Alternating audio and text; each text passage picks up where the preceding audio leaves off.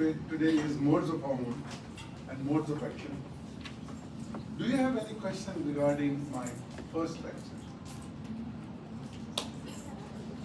No question. Not yet.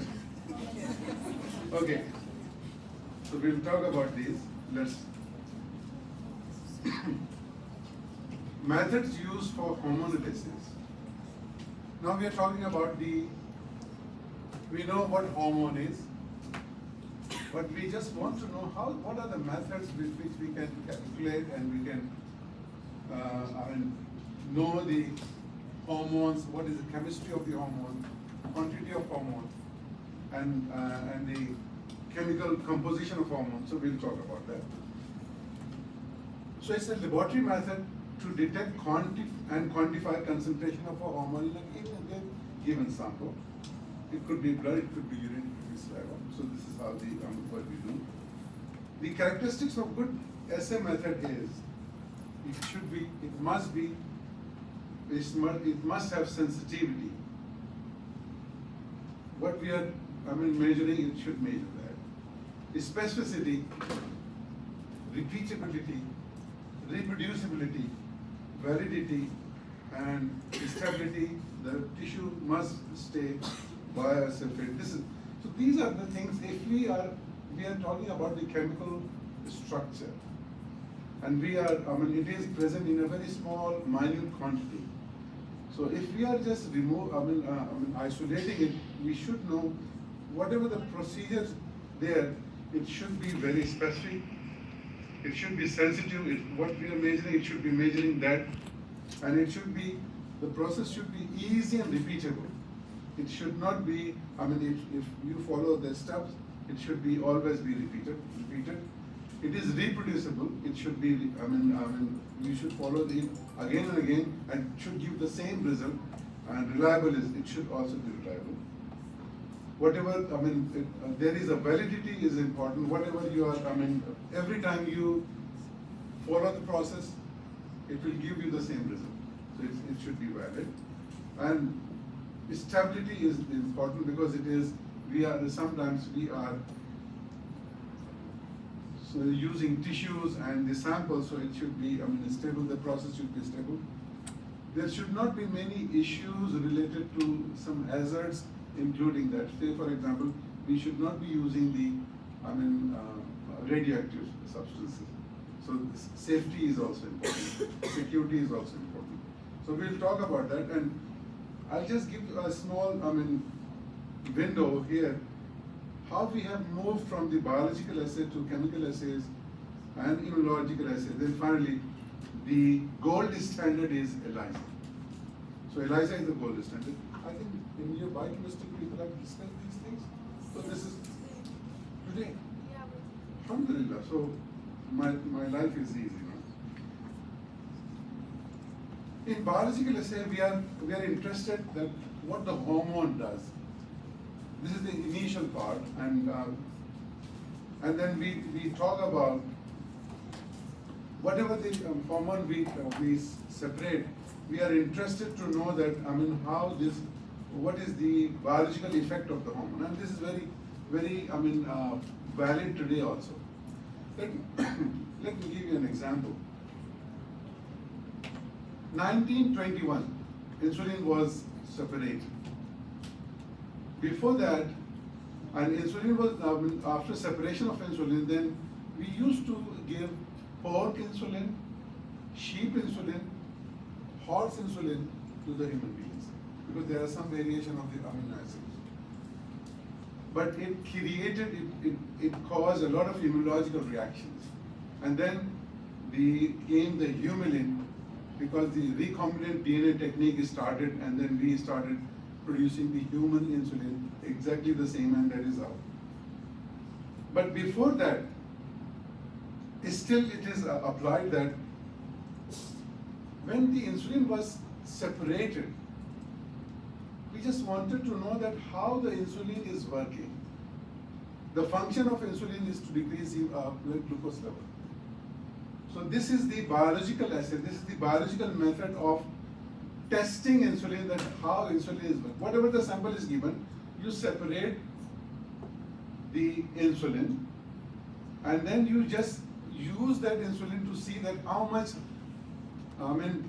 this amount or this unit of insulin is decreasing the serum glucose level. And that is considered, and that is what we call it biological assay. So what I mean to emphasize here is, we are just focusing on to the biological activity of that substance, rather than we are isolating the chemical structure alone. So still today, if you might have seen that we have insulin, and it is always dispensed with U100, international unit 100, means these international units are the biological units of the insulin. How insulin is acting biologically, this is the international unit. Make sense? So this is how you need to understand. Conventional insulin concentration is international unit per ml, or just unit per ml, or bioefficiency based. So this is the concentration based on bioefficiency. So still today, even if we have isolated, we are making with DNA recombinant technique the insulin, which is what we call as Lilly company started Humulin, and they are the first person in the market who started the pure insulin, and they call it Humulin. So which is they are making it. Still, that insulin is also sold with the efficiency of bioefficacy label, and they are still known as the international unit. So whatever you are given, whatever you give, this insulin always comes with the international units, and that international unit is because of the evolutionary. We have developed it. We are focusing on to the bioefficacy rather than the chemical structure. So insulin is still used, and this is one of the important things you need to understand. Okay. And in clinical practice, the insulin is given with the, if a patient comes to with hyperglycemia in the ER, you give units of insulin, pure insulin. Okay, and then those units of insulin are measured that this will decrease this much glucose in the serum level. So that's based on to that. So this is the bioefficacy is the important thing in practicing insulin application. Radioimmunoassay. Rosalind Yalow and Solomon Berson, they got Nobel Prize while detecting this radioimmunoassay. What they are doing is a sensitive technique that uses antibodies and radioactive labels. And it measures the minute hormone concentration. This is the important thing. If I give you an example, please try to understand. This is after that RIA is the next important technique which has come into practice, and with which we can calculate minute quantities of the hormone. This is one of the important things. But there are lots of risks associated with that, because we are dealing with the radioactive substances and those radioactive substances. So this is not considered a safe method of calculating radioimmunoassay. So the gold standard, if I give you an example of, they have already discussed it in radioimmunoassay in here. Okay, let me give you an example. Suppose we have a number of chairs here, and then each chair will be occupied by one person. So we have X number of boys and Y number of girls there. Okay, and boys have, say for example, they are the chairs are antibodies, and the boys are, say for example, radioactive labels, and then the girls are, say for example, the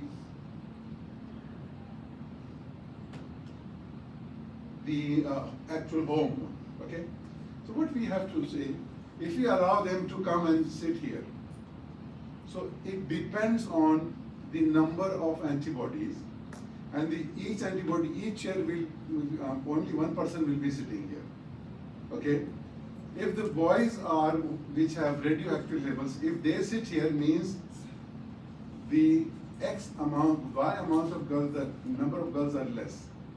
Radioactivity determines that whether the hormone is less or more.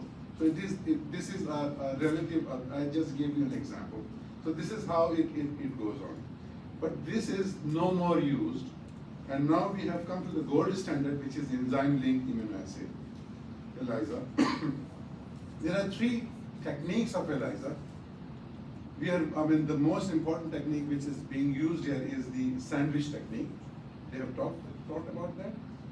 Okay, so let's take the sandwich technique. So it's a plate-based assay technique. It is very safe because we are not using any radioactive substances here, okay? It detecting quantifying substances such as hormone, so we can quantify even in picogram, we can quantify it. And it is, enzyme-linked antibodies to produce a color change. So this is the important thing. So we have a lots of well here, and these wells are here, and these wells are coated with antibody 1, which is the capture antibody, and is specific for the hormone, please remember. And the sample containing hormone is added, and hormone binds to the antibody 1. Hormone and antibodies are specific, you know, where is this? Antibodies are always specific to the antigen, so hormone is this antigen. Now what you have to do, what you need to understand that we have added the second antibody after that, but this second antibody, this is antibody 1, which was in the well. We introduced the hormone here, then we added second antibody, but the second antibody acts onto the hormone on another side, not on the same binding side where the first antibody binds, okay? And then on top of that, so there is a sandwich is being made here. Hormone is sandwiched between antibody 1 and antibody 2. Then we introduce another antibody, which is antibody 3. But this antibody 3 is linked with an enzyme. And this enzyme has a color, a fluorescent product, which is, the color product, and the substrate.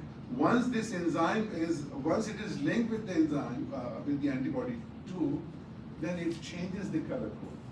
And the change of the color code determines that this is how many hormone is there, and you can quantify the hormone. And this is the simple method, and this is a safe method, and it follows all the standard. It is repeatable, it is valid, it is sensitive. So based on to this, and it is very reproducible, repeatable. So based on to, all these characteristic features, and taking into consideration that all the hormones are done by the ELISA method, and which is the sandwich ELISA method. So please try to understand it. Make sense? Okay. These 2 slides needs your attention. So we are talking about we say that hormone binds with the receptor, and once it binds with the receptor, it press conformation changes in the receptor, then it gives physiological actions. Make sense? Now we'll just talk about the kinetics of the binding of hormone with the receptor. Look at what is happening here. So biological response depends on how many receptors are bound, which is determined by the hormone concentration.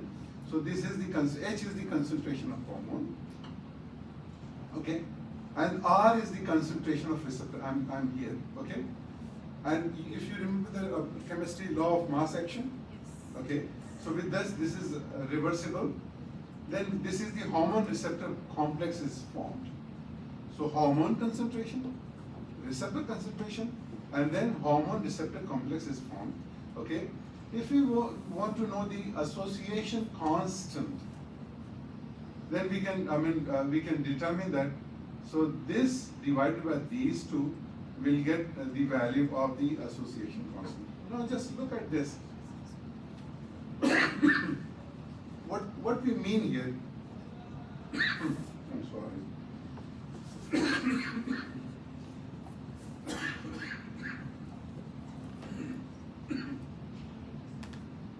Sorry. So if you just look at this graph is showing you some important things here. So what we have on the x-axis, we have bound hormone on x-axis, okay?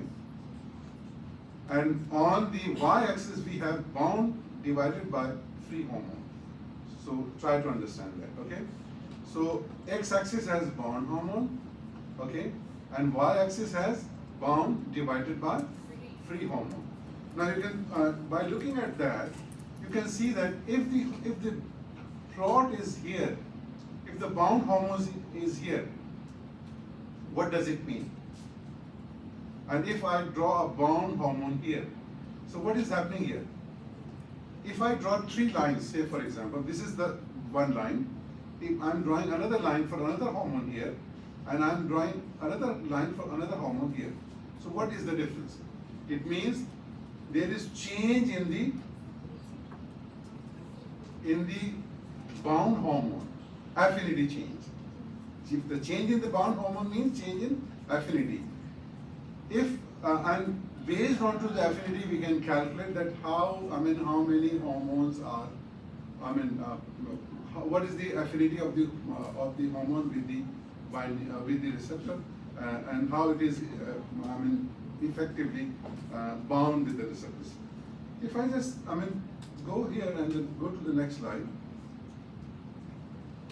Insulin receptor, if we talk about the insulin receptor, this is a curved sketch plot is formed here. Now this is a complex slide, but I just want you to just focus here.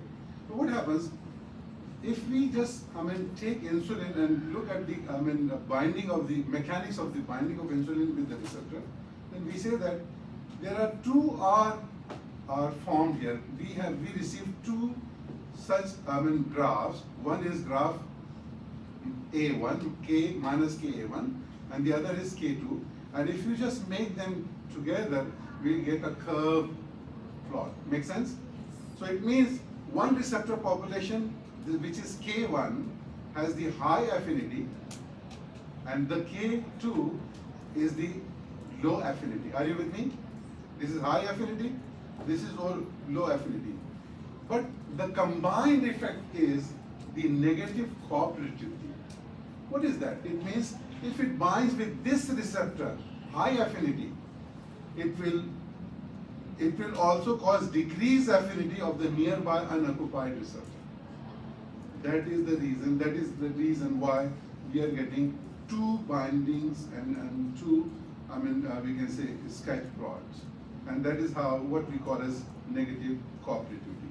So please try to understand, we are insulin receptors, this get a curved sketcher plot, and this is curved sketcher plot means because it has two different affinities, and in two different affinities means one affinity is negatively impacting the other affinity of the insulin molecule with the other binding with the receptors. Make sense?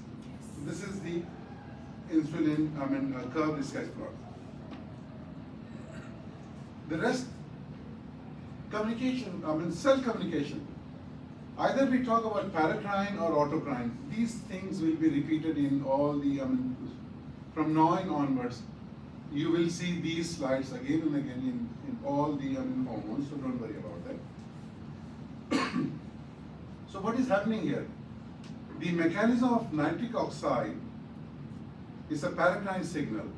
So this is, acetylcholine induced nitric oxide synthesis, and nitric oxide is important in smooth muscle. You have discussed, or we will discuss it in MSK.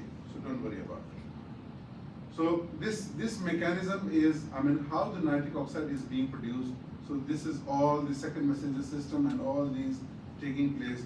And finally, we have the nitric oxide synthase inactive.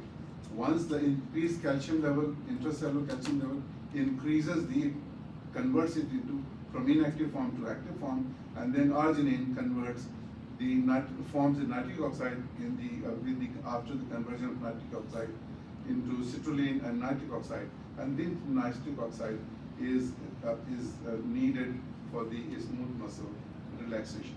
So this is how the smooth muscle mechanism, smooth muscle relaxation. Don't worry, Dr. Tipar will discuss the whole mechanism once he talks. This is his slide. So once he talk about the smooth muscle contraction and scapular muscle contraction, and then we will discuss these things again. We don't do.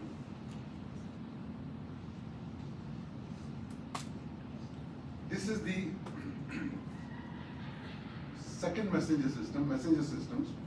So I mean, all these messenger systems, if you talk about, they have, or you have already done in your, I mean, molecular medicine. So I will not be focusing onto that, but try to understand that these mechanisms will be dealt again and again with the, I mean, with each and every hormone. So these are just for your understanding. G protein coupled receptors and all these things will be done in all the hormones again and again. So there is nothing new to that. Here, what I want to emphasize here in this slide is action of steroid hormone. A steroid hormone, they go and attach onto the DNA component, and they start transcription, translation, and then post-translational modification, then pre-pro-hormone, then pro-hormone, then hormone, and finally this hormone is formed, packaged, and then finally comes into the, we can say, in membrane-bound vesicles, and those membrane-bound vesicles are all readily available. Once it is there, once it is needed, it will be released, and this is the release is depending upon the, I mean, how it is, where it has to go, and what function it has to perform. Second messengers is not, I mean, what I will be discussing here. You have already covered it. Dr. Jabbar has told me that these has already been covered. Now this slide is important from the point of view that different hormones use different messenger system, and this is the actual physiology. The actual physiology, that's the molecular medicine, but the actual physiology is here. So what you need to understand, there are lots of MCQs being formed from this slide. You should know that which, I mean, is the mechanism of the of hormone and how they are acting and what are their, I mean, second messenger system. So based on to the second messenger system, there are lots of questions in USMLE comes from this information, and this is actual physiology, how the physiological mechanism, how these hormones act onto this. Okay, so this is the only thing. If you have any questions, please let me know. Any questions? The message system is nothing but you have to focus and you have to understand. And I mean, these biological essays are not much needed, but just to give you a evolutionary point of view, I've added that. But the gold standard is ELISA, and the sandwich mechanism is the best gold mechanism because it is the safest, and this is all hormones these days are done on ELISA. Okay? Any questions? Thank you. Yes, doctor.